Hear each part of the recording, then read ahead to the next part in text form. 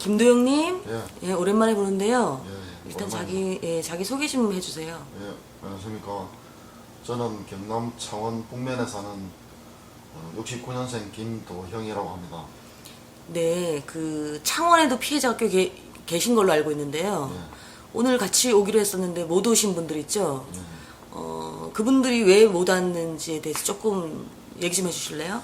여자분 두 분이 계신데 한 분은 28살 되시고 진동 쪽 현동에 사시는 분인데 우연히 그 저 카페에 스토킹 카페에 제가 올리는 전화번호를 보고 연락이 와가지고 근처에서 모임 같은 거 하면 가보고 싶다 그랬었는데 제가 그분한테 문자도 보내고 했지만 그분이 그 정신병원을 왔다 갔다 하는 그런 상태로 나쁜 상태이기 때문에 아마도 요번에 문자 답장도 없고 하는 거 보면은 아마도 정신병원에 다시 안 들어갔겠나 입원했겠나 싶고 또 32살 되시는 분 한 분 계시는데 그분도 제가 연락을 주고받는 사이인데 가끔 그분이 피해가 극심할 때 쓰러져 가지고 잠을 하루 종일 자야 될 정도로 굉장히 피해가 극심하기 때문에 문자를 연락을 줘도 답장을 못 할 정도로 그런 상태인 것 같았습니다. 오늘 같이 오기로 했었는데 못 왔습니다.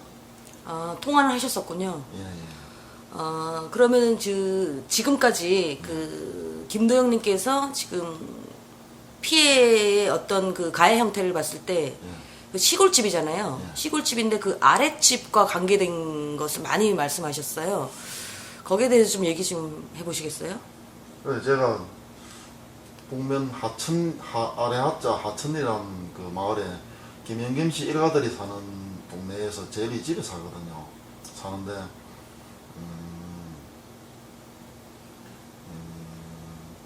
그러니까 2m 밑집에 두 남녀 두 부부가 살고 8m 밑집에 두 부부가 살고 있습니다. 살고 있는데 제가 이 문제를 어떻게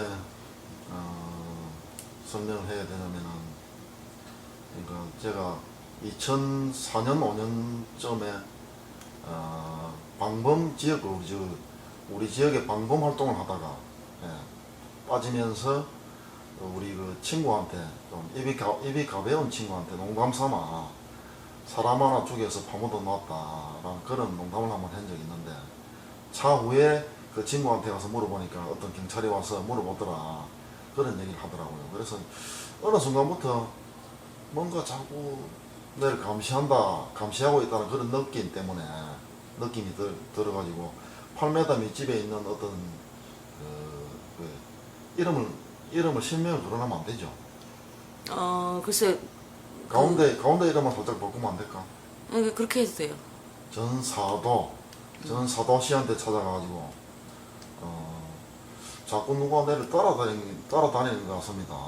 어떤 차들이 그런 밤에도 그렇고 좀 뭐 느낌이 안 좋습니다. 그리고 어제 우리 시골에서는 사투리로 아재라고 그러거든요. 어제 궁금한 게 있으면은 저한테 직접 대놓고 바로 물어보이소.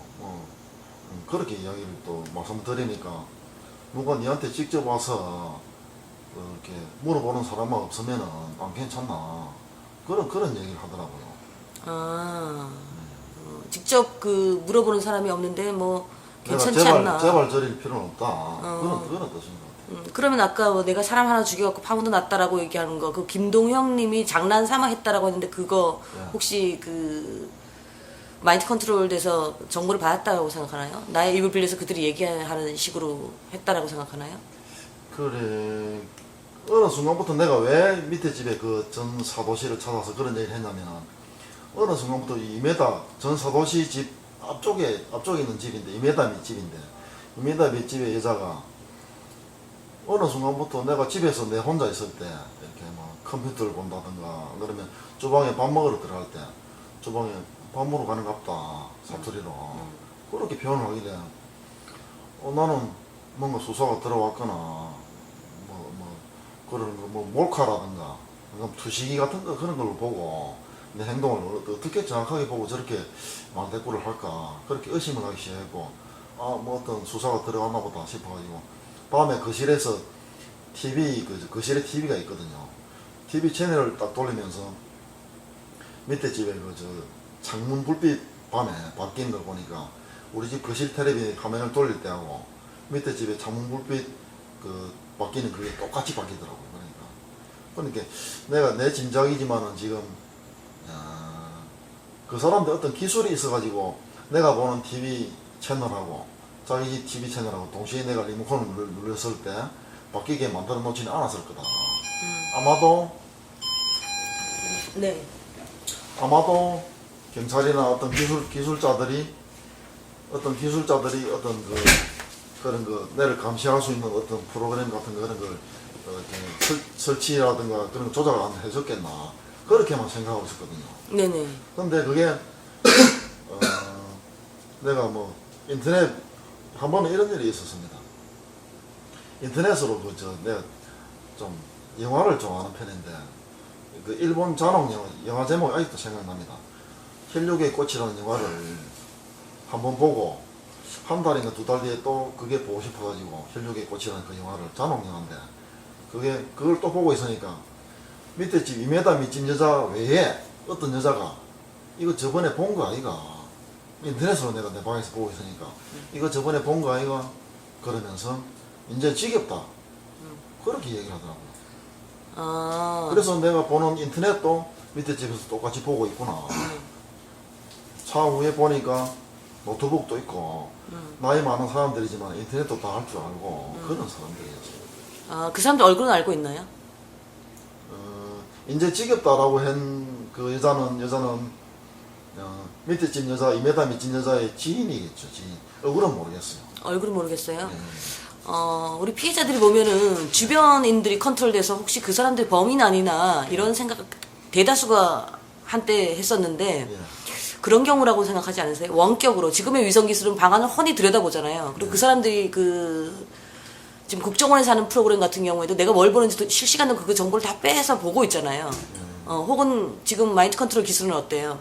그 사람들이 보고 있는 것을 보는 것뿐만이 아니라 그 사람들 무엇인가를 보게 어떤 행위 조작까지도 할 수 있는 게 마인드 컨트롤 기술인데 그런 것에 이웃집이 동시에 오랫동안 노출되었다고 생각한 적은 없나요?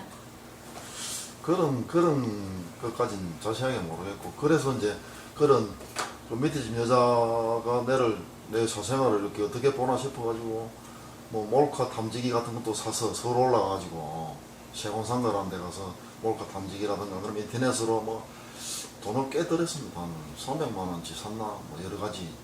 한 번은 도청기 그 소형 녹음기 도청기가 아니라 그걸 사가지고 뭐 어떤 대화를 하나 어떤 녹음기 샀을 때는 막건 프로그램이 가해자들 핸들러들이 직접적으로 들어왔을 때 그때 이제 사가지고 이제 밑에 집 2m 밑집 고성능 녹음기였거든요. 그걸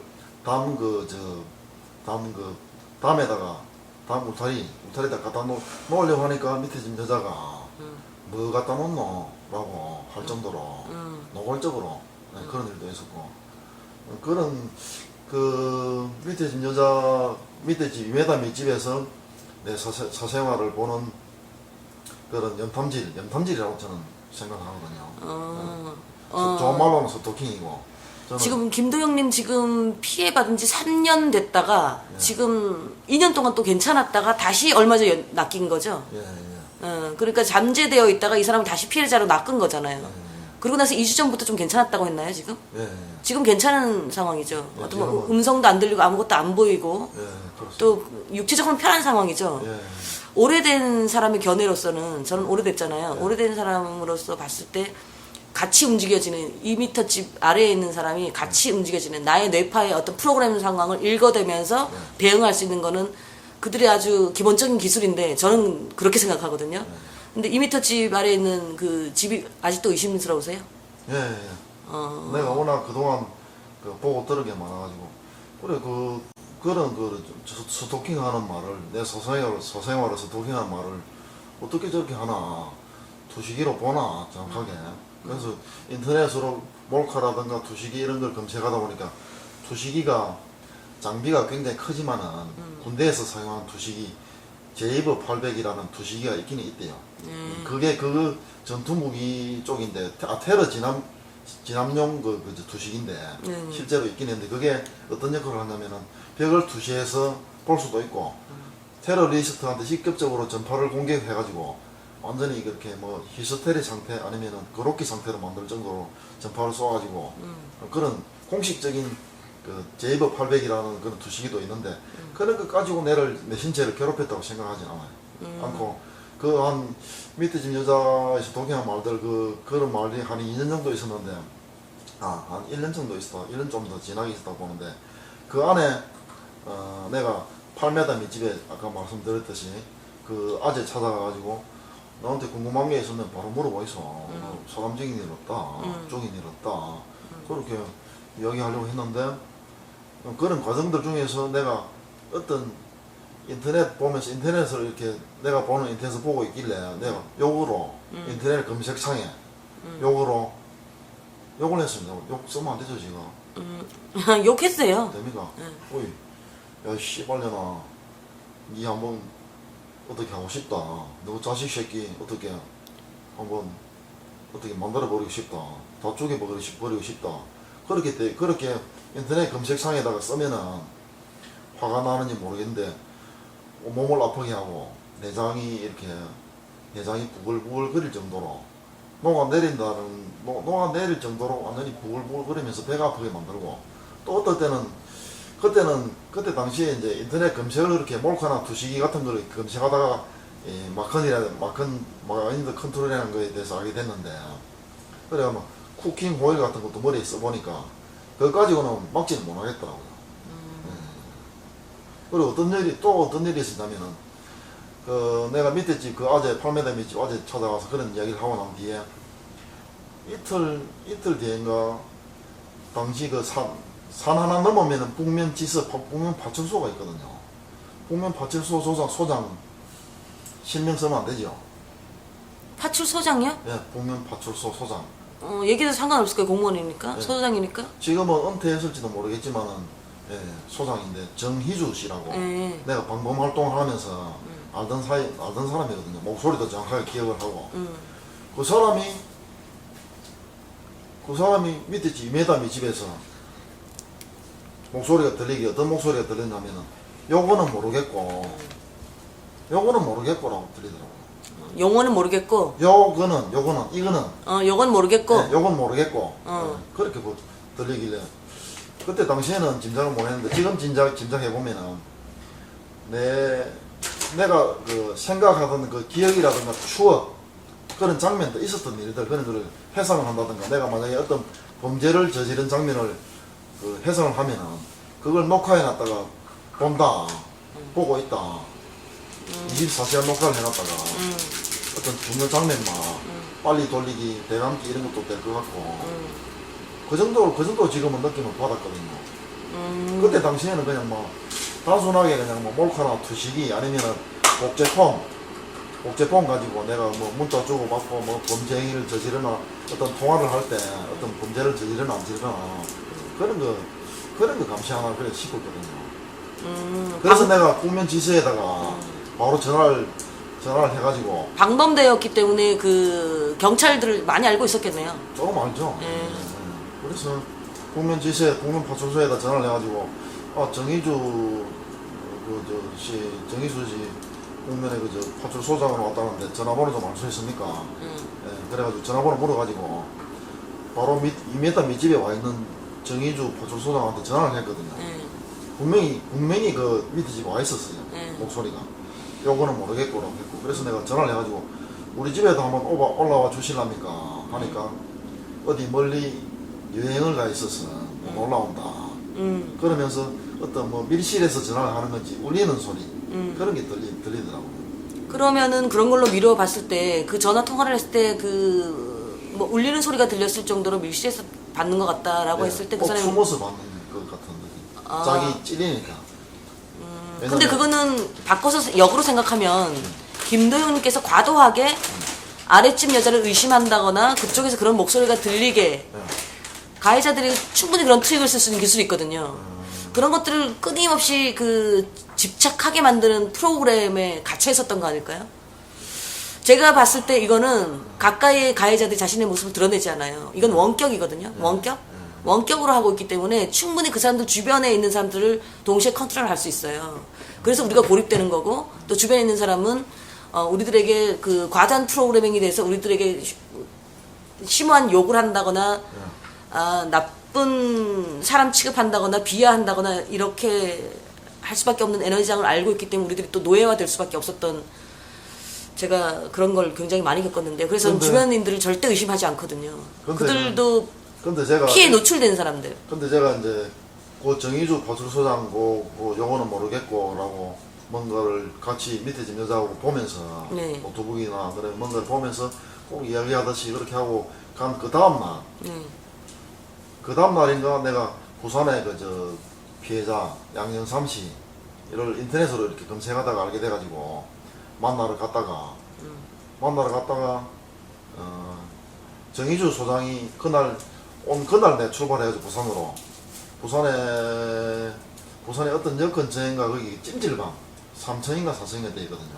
그 찜질방에서 하루 자고 그 다음날 양영삼 씨를 만났는데, 양영삼 씨를 만나고 집으로 와가지고 내가 우리 집이 1층은 주차장이고 차가 2대 들어가거든요. 2대 들어가고 2층이 우리 집이거든요. 본체인데 1층 그 주차장에서 마당에서 그 밑에 집 쪽으로 보고 욕을 했습니다. 야 씨발놈들, 큰 소리로, 야 씨발놈들아, 궁금한 게 있으면 나한테 바로 물어봐라. 그러고 한 30분 그렇게 앉아있다가 굉장히 화가 난 상태에서, 머리가 신경이 예민한 상태에서 올라가가지고 저녁 무렵이었습니다. 그때가 올라가가지고 씻고 자려고 누워 있으니까 뭔가 내가 인터넷에서 그 마큰 프로그램에 대해서 본 것처럼 내가 생각하는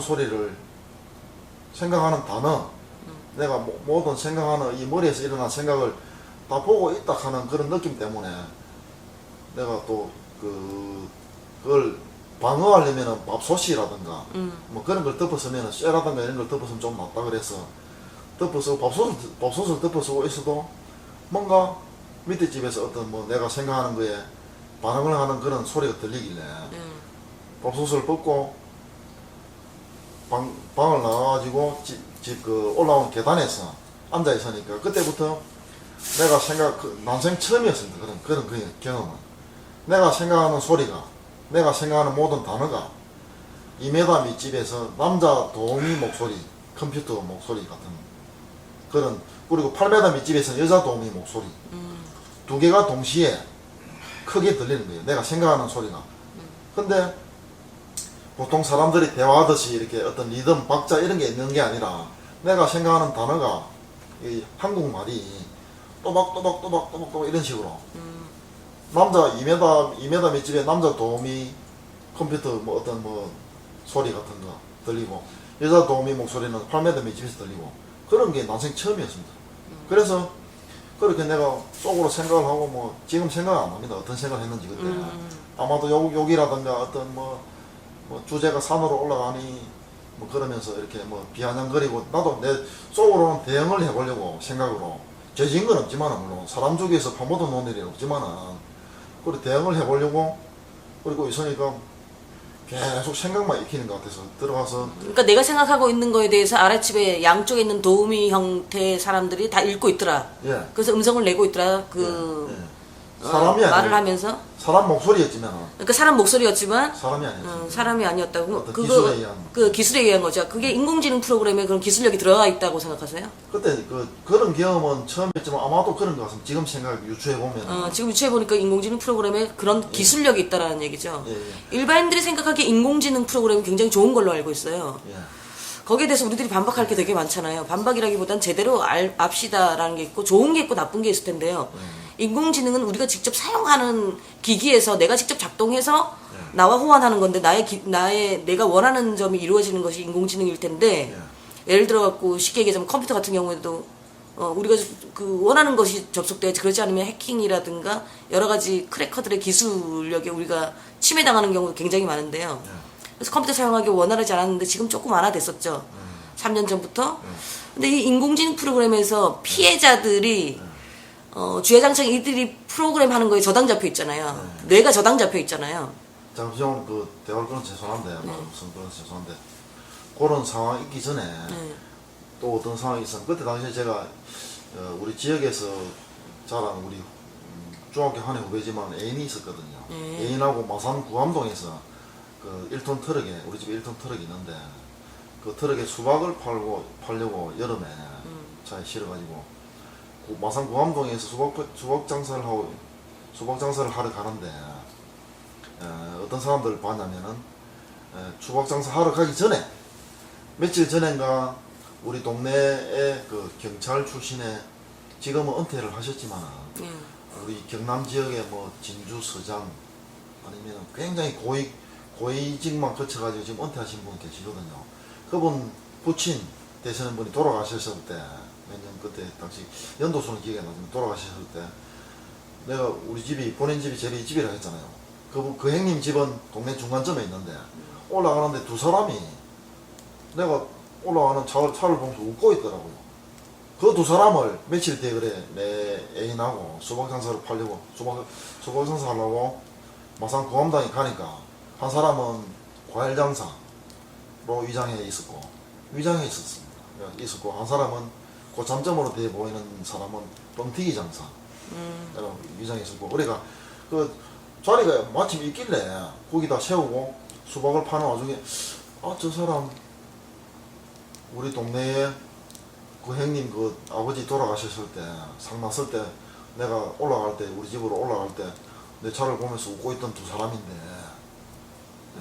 그랬거든요. 그리고 짐작을 그런 생각을 하고 있는 순간에 요쪽 길 쪽 보도 쪽에서 두 사람이 어떤 내 느낌으로는 아마 위장 경찰 같은 두 사람이 법에만 걸리면 안 되나 법에 걸리는 게 없다 이가 서로 대화를 그렇게 하고 있었습니다. 그리고 내가 그 사람 그 과일 장사 그 사람을 두 사람 또 우리 동네 상났을 때 그 형님 상났을 때 봤다는 그 사람 저 사람 내가 우리 동네 그 형님 집 상무 왔던 사람인데 이렇게 짐작을 하고 있으니까 속으로 생각을 하고 있으니까 내 사람이 동시에 내 차를 나를 압박하듯이 동시에 그것도 따로따로 오는 것도 아니고 동시에 오더라고요. 동시에 여기서 오길래 너는 진짜 사람 죽여서 파묻은 일 없고 그렇기 때문에 가만 서 있으니까 그냥 또 동시에 또 흩어져 가더라고. 그리고 그 과일 장사 그 쫄병 같았는데 그 사람한테 악수나 한번 합시다. 그리고 일부러 악수도 하고 명함을 하나 주더라고요. 이름이 김영수였는데 아마 가명이었다고 생각이 됩니다. 그 사람들이 그 네 사람들이 위장 강력계 형사들 아니면은 국정원 직원이라든가 경찰이나 공권력하고 관계된 사람들이니까 경찰들이 그렇게 위장을 할 이유는 없을 것 같아요. 왜 그러냐면은 가해한 적이 없잖아요. 뭐 이렇게 범죄를 한 적이 없잖아요.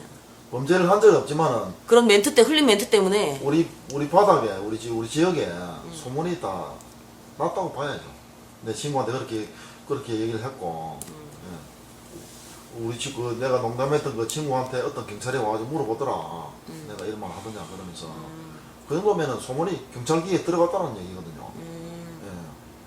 그리고 이제 그런 일이 있고 아까 그 말씀드렸던 부산에 그 양영삼 씨 만나고 오던 날 저녁에 그날 저녁에 이렇게 이제 내 생각을 읽히고 하는 그 부분에 좀 더 말씀을 드리면은 그렇게 다시 이제 그 집에 올라오는 계단에 앉아 있다가 다시 들어가 누웠는데 누워서 자려고 자지도 못하고 계속 생각만 익히고 있는 그런 순간에 어떤 순간부터 어떤 뭐 주파수 억압이랄까 어떤 뭐 뭔가 느낌 좀 더 이상하면서 그렇게 이제 뭔가 제대로 내가 내 마음이나 내 생각이 읽히는 그런 순간이었달까 밑 2m 밑집에서 이제는 이제 밑집 아이씨가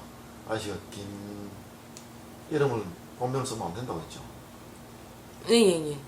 예. 그분이 그분이 하기는 좀 그렇습니다. 솔직히 개새끼입니다. 어쨌든 그 사람이 인자 나옵니다. 얼른 나와있어. 사투리로. 인자 나옵니다. 얼른 나와있어. 그러면서 누군가를 또 개꾼들을 부르는 것 같더라고요. 그래가지고 그런 상태에서 내가 뭐 죄 지은 것도 없고 어떤 뭐 그런 기억 장면, 죄 지은 게 없으니까 사람 죽여서 파묻은 놀이 없으니까 그런 장면이 떠오르지도 않을 거고 내 머릿속에 생각이 추억이든 기억이든 나지도 않을 거고 그러니까 한 10분 정도 그렇게 계속 그렇게 뭔가 하다가 어떤 생소한 사람이 생소한 남자가 없는갑다 없는갑다라고 이렇게 말을 하고 그날 저녁에는 그렇게 뭐 물어나버렸는데 그 사람들이 예, 그럼 그렇게 애매한 상황 있잖아요. 마인드 컨트롤 피해자들의 특징이 나는 누가 가해자인지 알고 있다라고 하는 사람들이 있어요. 그런 사람들이 이런 그 답답한 심정을 확 풀기 위해서 검경이 어떤 걸 해야 될까요? 검경이 어떤 능력을 빌려야 될까요? 검경이 아무것도 할 수 없다고 마인드 컨트롤 그 가해 프로그램에 대한 그 범죄 구성과 조직에 대한 교육 프로그램이 있다면 가능하겠죠. 그런 게 되려면은 공식적으로 이렇게 어떤 기계라든가 어떤 일대 사건 같은 게 일어나가지고 뭐 방송에도 나오고 문제가 돼야 되는데 그런 게 아직 없다는 게 굉장히 안타깝고 그 다음에 지금 검경이 아무것도 할 수 없는 이유가 내가 사람 쪽에서 그 범죄를 저지른 사실이 있나 없나 그걸 알아보려고 왔던 그 사람들은 내 두뇌를 들여다보려고 했던 그 사람들은 비공식적인 입장입니다. 자기들은 그 불법이거든요. 그게 마컨이라 하는 게 그렇게 사람 두뇌를 잃고 상상하는 거 아니면은 추억이나 기억을 본다는 그런 거는 불법이기 때문에 아직은 아무리 검경사나 그는 검경에 의한 국정원이라든가 이런 거에 의한 비밀 사조직이더라 하더라도 아직은 공식화된 게 아니고 불법이기 때문에 검경에서 수사를 할 수는 없을 거라고 봅니다. 그런데 예를 들어서 담당 그 짐작만 하죠. 저 사람들이 경찰하고 연계된 동네 기반 어떤 다 연고가 있고 지인들이고 연고가 있고 그런 사람들이구나. 팔이 안으로 굽지 밖으로 굽지는 않거든요. 경찰들 경찰이든 검찰이든 국정원이든 자기 조직 자기 직원들 자기들이 월급 주고 있는 사람들 사찰하는 사람들 민간인이든 그게 누구든 간에 어린이든 남녀노소 누구든 간에 아직은 우리나라에서는 불법이기 때문에 월급은 받고 있겠지만 그런 직접 그 기계를 사용하는 사람들이라든가 그런 프로그램 이런 걸 운영하는 사람들은